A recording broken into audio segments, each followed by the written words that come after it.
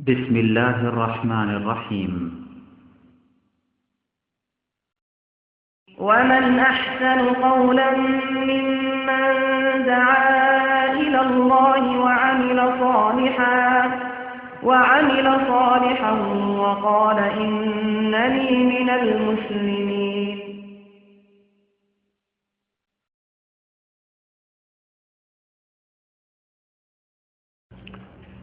السلام عليكم ورحمة الله وبركاته. إن الحمد لله نحمده ونستعينه ونستغفره ونعوذ بالله من شرور أنفسنا ومن سيئات أعمالنا. من يهده الله فلا مضل له ومن يضلله فلا هادي له. وأشهد أن لا إله إلا الله وحده لا شريك له وأشهد أن محمدا عبده ورسوله. يا أيها الذين آمنوا اتقوا الله حق تقاته ولا تموتن إلا وأنتم مسلمون. يا أيها الناس اتقوا ربكم الذي خلقكم من نفس واحدة وخلق منها زوجها وبث منهما رجالا كثيرا ونساء واتقوا الله الذي تساءلون به والأرحام إن الله كان عليكم رقيبا. يا أيها الذين آمنوا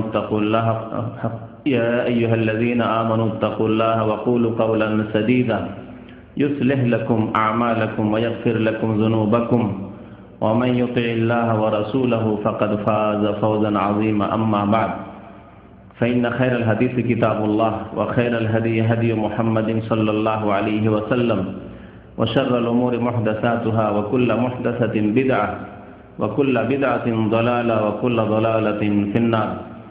أعوذ بالله من الشيطان الرجيم. بسم الله الرحمن الرحيم. يا أيها الذين آمنوا كتب عليكم الصيام كما كتب على الذين من قبلكم لعلكم تتقون أياما معدودات فمن كان منكم مريضا أو على سفر فعدة من أيام أخر وعلى الذين يطيقونه فدية طعام مسكين فمن تطوع خيرا فهو خير له وأن تصوموا خير لكم إن كنتم تعلمون. شهر رمضان الذي أنزل فيه القرآن هدى للناس وبينات من الهدى والفرقان فمن شهد منكم الشهر فليصم ومن كان مريضا أو على سفر فعدة من أيام أخر يريد الله بكم اليسر ولا يريد بكم العسر ولتكملوا العدة ولتكبروا الله على ما هداكم ولعلكم تشكرون. মহান আল্লাহর সমস্ত প্রশংসা যে আল্লাহ রাব্বুল আলামিন আমাদেরকে সৃষ্টি করেছেন একমাত্র তাঁর ইবাদত বন্দেগীর জন্য। সে আল্লাহরই যাবতীয় প্রশংসা যিনি আমাদেরকে বিভিন্ন প্রকারের ইবাদত বন্দেগীর মাধ্যমে তার সন্তুষ্টি অর্জনের পথ দেখিয়েছেন। দরুদ ও সালাম নাযিল হোক প্রিয় নবী মুহাম্মদ রাসূলুল্লাহ সাল্লাল্লাহু আলাইহি সাল্লামের প্রতি, যিনি একমাত্র আল্লাহ রাব্বুল আলামিনের মনোনীত রাসূল, মনোনীত বান্দা, যার ইত্তিবা করা, যার অনুসরণ করা মহান আল্লাহ ফরজ করেছেন, যার পথের পথিক হওয়া আল্লাহ রাব্বুল আলামিনের ইবাদত বন্দেগীর জন্য একটি অন্যতম শর্ত। আল্লাহুম্মা সাল্লি আলাইহি আল্লাহুম্মা বারিক আলাইহি। আজকে শাবান মাসের 19 তারিখ, তাই না? শাবান মাসের 19 তারিখ, তার মানে আর মাত্র 10 দিন রয়েছে অথবা 11 দিন। তারপরে আসছে রমজানুল মুবারক। রমজান মাসে আমাদের ইসলামিক সেন্টারের যে বড় প্রোগ্রামটি হবে সেটি হচ্ছে ইফতার ক্যাম্পের প্রোগ্রাম। আর এখানকার প্রোগ্রাম তারাবির পরে সাধারণত হালকা হয়ে যায়, যদিও চলবে ইনশাআল্লাহ তাআলা বিশেষ কিছু আলোচনা বা কোর্স,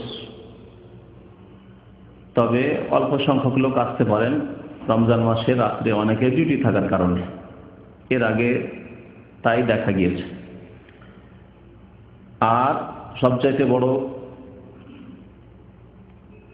যে সমাবেশ বা মানুষের ইজতেমা, তা হচ্ছে আমাদের ইফতার ক্যাম্পে। প্রায় 1000-এর বেশি, 1000 থেকে 1200 বাংলাদেশি আমাদের ইফতার ক্যাম্পে দাম্মামে উপস্থিত হন দাম্মাম জাওয়াজাত পাসপোর্ট অফিসের পিছনে।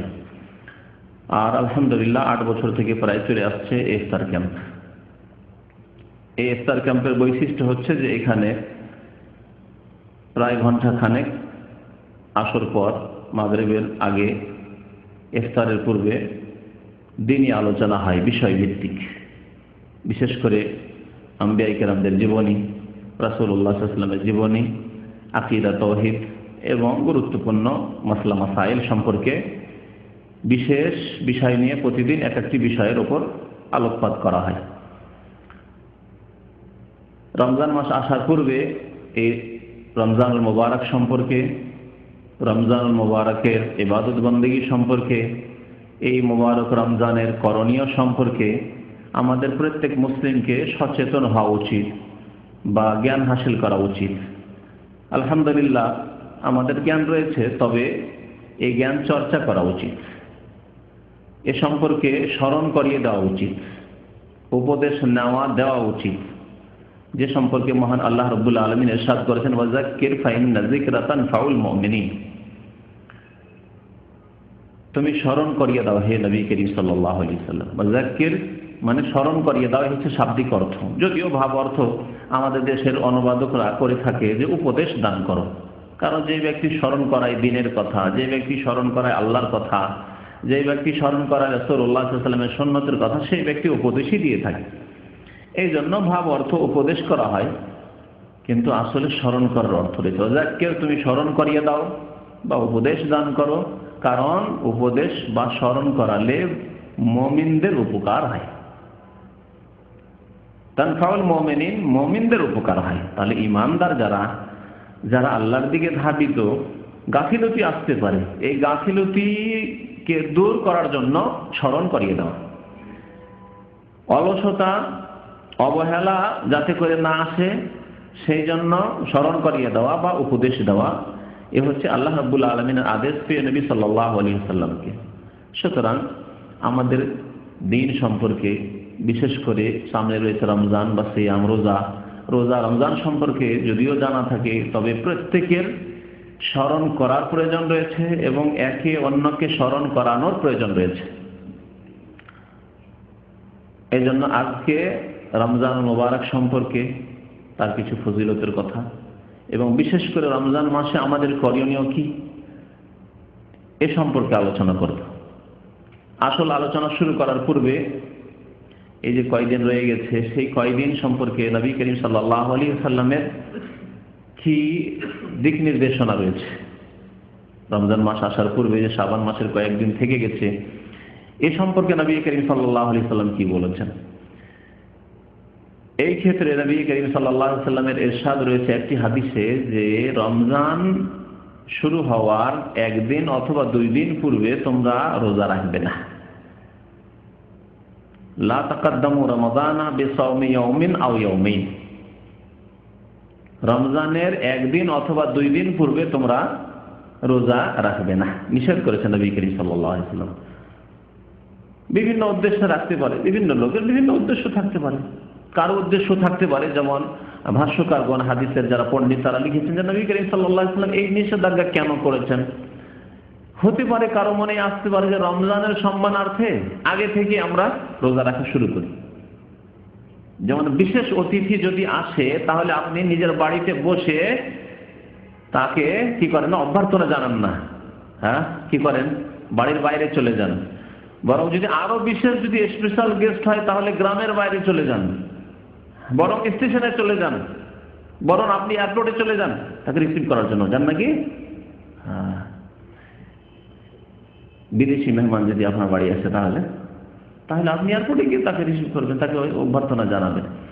তো হতে পারে কোনো মুসলিমদের মনে এই রকমের বিদাতি চিন্তাধারা আসতে পারে যে রমজান মুবারক, আমাদের মেহমান এমন মেহমান যে রমজানের মাধ্যমে মানুষের মার্জনা হয়, যে রমজানের মাধ্যমে অসংখ্য মানুষ জাহান্নাম থেকে মুক্তি পায়, অসংখ্য মানুষের জন্য জান্নাত অবধারিত হয়ে যায়। সুতরাং এই রমজানের অভ্যর্থনার জন্য আমি আগে থেকে রোজা শুরু করে দেব, রমজানের ইহতিরাম এবং সম্মানে। এই আশঙ্কাকে লক্ষ্য করে নবী করিম সাল্লাল্লাহু আলাইহি ওয়াসাল্লাম নিষেধ করেছেন, যাতে করে এরকম বিদআত শুরু না হয়।